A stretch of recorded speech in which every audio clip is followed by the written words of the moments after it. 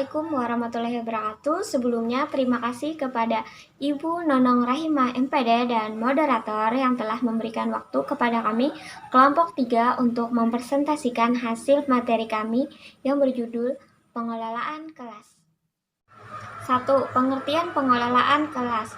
Pengelolaan kelas terdiri dari dua kata, yaitu pengelolaan dan kelas. Pengelolaan itu sendiri asal katanya adalah kelola, ditambah awalan pe dan akhiran an. Istilah lain dari kata pengelolaan kelas adalah suatu usaha yang sengaja dilakukan guna mencapai tujuan pengajaran.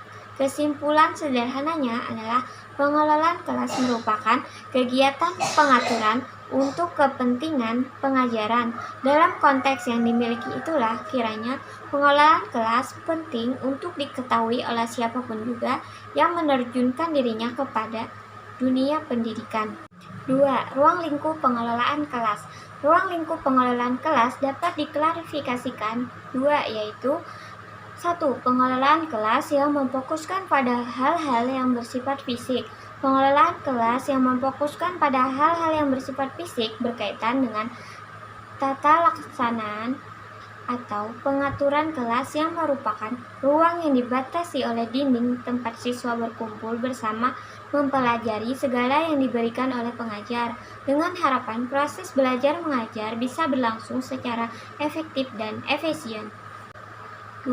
Pengelolaan kelas yang memfokuskan pada hal-hal yang bersifat non-fisik. Hal-hal yang bersifat non-fisik ini berkaitan dengan pemberian stimulus dan rangka membangkitkan dan mempertahankan kondisi motivasi siswa untuk secara sadar berperan aktif dan terlibat dalam proses pendidikan dan pembelajaran di sekolah. 3. Tujuan pengelolaan kelas. Tujuan pengelolaan kelas pada hakikatnya telah terkandung dalam tujuan pendidikan. Secara umum, pengelolaan kelas adalah penyediaan fasilitas bagi bermacam-macam kegiatan belajar siswa dalam lingkungan sosial, emosional, dalam intelektual dalam kelas.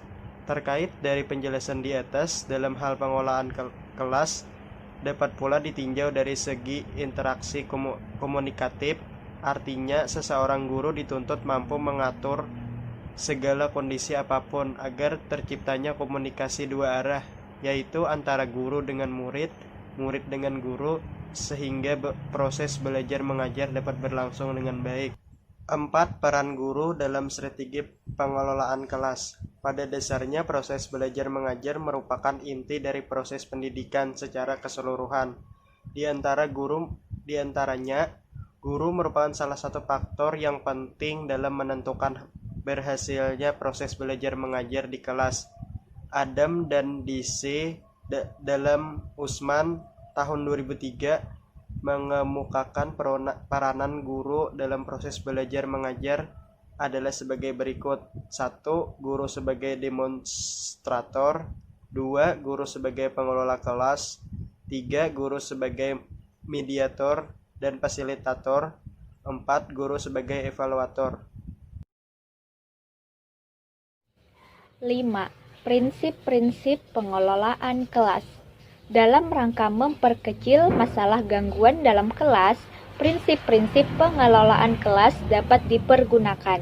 Maka adalah penting bagi guru untuk mengetahui dan menguasai prinsip-prinsip pengelolaan kelas, yaitu A. Hangat dan antusias, B. Tantangan, C. Bervariasi, D.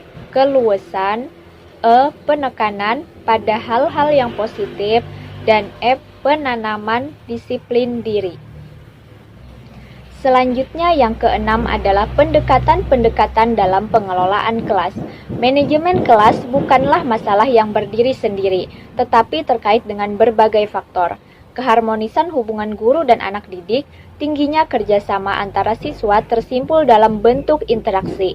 Lahirnya interaksi yang optimal bergantung dari pendekatan yang guru lakukan dalam rangka pengelolaan kelas. Berbagai pendekatan tersebut adalah sebagai berikut. 1. Pendekatan kekuasaan.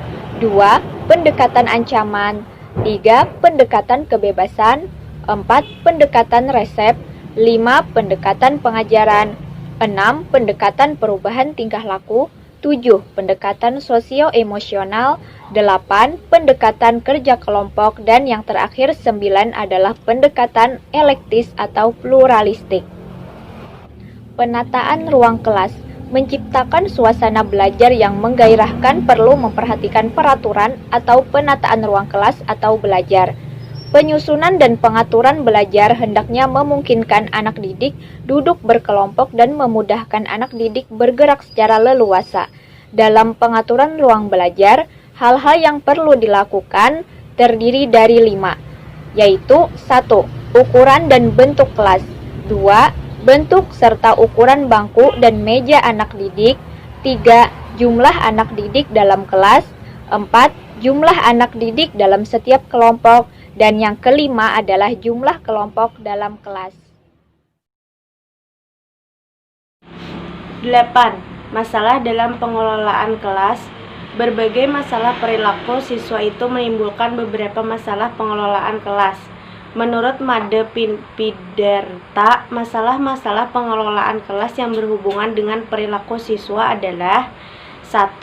Kurang kesatuan dengan adanya kelompok-kelompok, klik-klik, dan pertentangan jenis kelamin. 2. Tidak ada standar perilaku dalam bekerja kelompok, misalnya ribut, bercakap-cakap, pergi ke sana kemari, dan sebagainya. 3. Reaksi negatif terhadap anggota kelompok, misalnya ribut, bermusuhan, mengucilkan, merendahkan kelompok, bodoh, dan sebagainya. 4. Kelas mentoleransi kekeliruan temannya ialah menerima dan mendorong perilaku siswa yang keliru.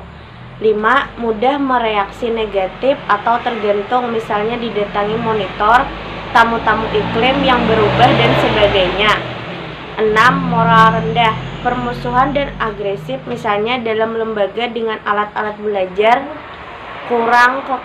kekurangan uang, dan sebagainya. 7. Tidak mampu menyesuaikan dengan lingkungan yang berubah, seperti tugas-tugas tambahan, anggota kelas yang baru, situasi baru, dan sebagainya. Pengaturan tempat duduk sebenarnya akan berhubungan dengan permasalahan siswa sebagai individu dengan perbedaan pada aspek biologis, intelektual, dan psikologis, tetapi di dalam perbedaan dari ketiga aspek itu, ada juga berselip persamaan dan perbedaan dimaksud adalah 1. Persamaan dan perbedaan dalam kecerdasan atau inteligensi.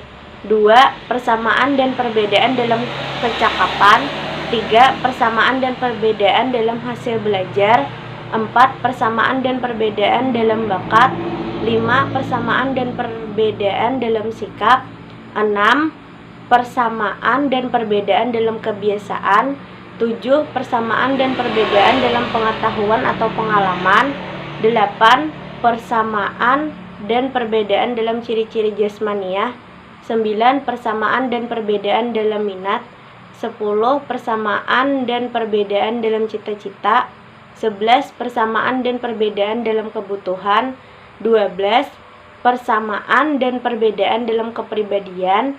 13. Persamaan dan perbedaan dalam pola-pola dan tempo perkembangan.